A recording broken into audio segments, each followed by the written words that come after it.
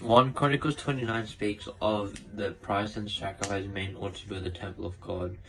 Verse 1, to me, it speaks about the work that David did, but it also talks about how he feels like his son isn't up to the standards needed to build something so great for God himself. He essentially says that as much as God chose Solomon, his inexperience and his youth made it impossible for Solomon to build something that was suitable for God. Not that anything we could ever make would be suitable for God. He also says this in reference to Colossians chapter 3 verse 22, where it also says, the work was great because it was for God. Before a great God there are no small works. Everything should be done for the glory of God. Which basically says that if you want to do something for God, you have to put your whole heart into it, and you can't push it off to someone else who, even though they could help a lot, they wouldn't be able to do it to the best of to the best of your ability. So they can help, but it wouldn't be to the standard that you would be able to do it. So the Colossian verse, it also applies to the following verse up to verse 5, where we have to consider that everything that David did and all the resources he used, all the money, all the precious metals, all the woods that were very expensive, all he used, all of that was to build the temple. There was also other expenses probably included, like security, work, like labor and all that stuff, and obviously that's going to be very expensive, and he did it to the best of his abilities. He continues to say that, moreover, because I was set on my affections on the house of my God, I have given to the house of my God. David gave all of this because he loved the house of God. So naturally, if we love something and we want to do it well, like let's say our schools, we obviously put as much effort as we can into it, and we naturally put as much attention, as much detail into it as much as possible, and he's basically saying the same thing to this, which is also included in Matthew chapter 6 verse 21, where it says that, for where your treasure is, there your heart will be also. This also applies to our relationship with other people. If you truly love someone like your wife, or let's say your boyfriend or something, or your girlfriend, you would put as much effort and attention into it as much as you can, compared to, let's say, relationship with your friends. David also then continues to say, who then is willing to consecrate himself this day to the Lord? He brings up his own givings in an effort he does this to moralize his people into also giving to the temple.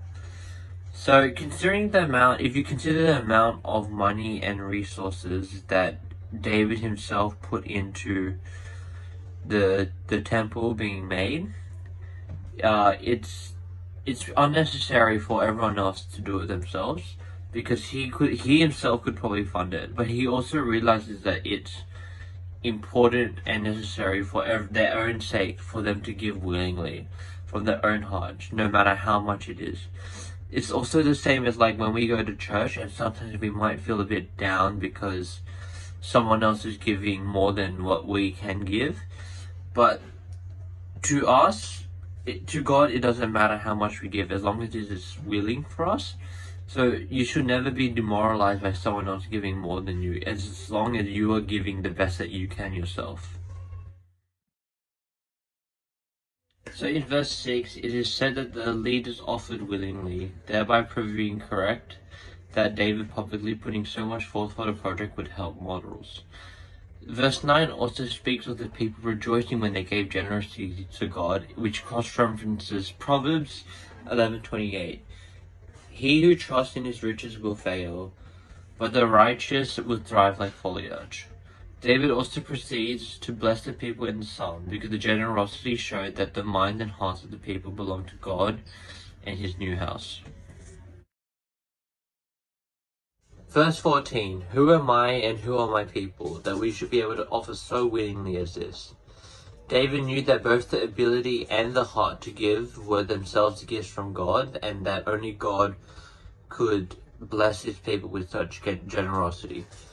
He was grateful on behalf of him and his people, and in his next lines he says, "Our days on earth are like a shadow without hope." He emphasizes like a man's weakness, human's weaknesses, and by doing that he recognizes the greatness of God by saying that the weak and the flawed can still build a temple to honor one who is perfect in every way possible. So in verse 17, David makes sure to emphasize the fact that his generosity and his resources were all given willingly, and as were those from the people of Israel, and not merely as a demonstration to raise his standards. Like, when I say standards, I don't mean like his standards of other people, it's the standards of like his ranking, his polling. Like politically, he's not doing it for the opinion of other people, but only for himself.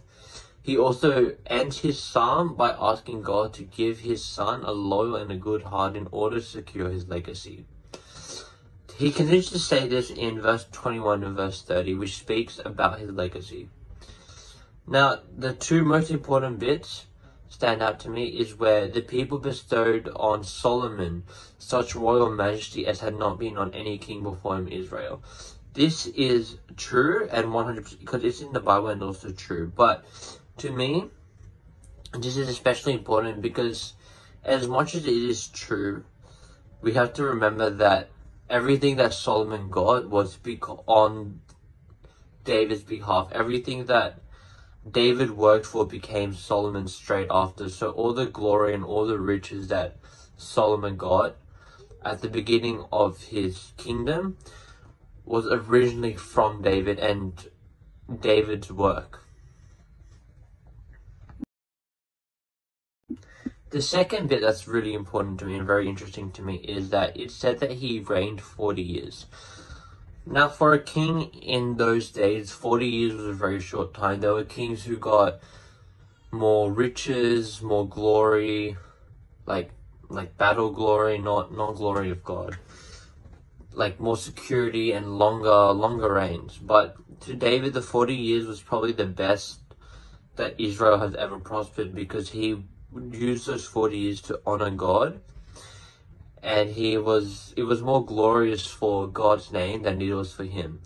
So to everyone reading the Bible, David was a model king and he is the runner-up and he's pointing us towards everyone's greatest king, which would be Jesus.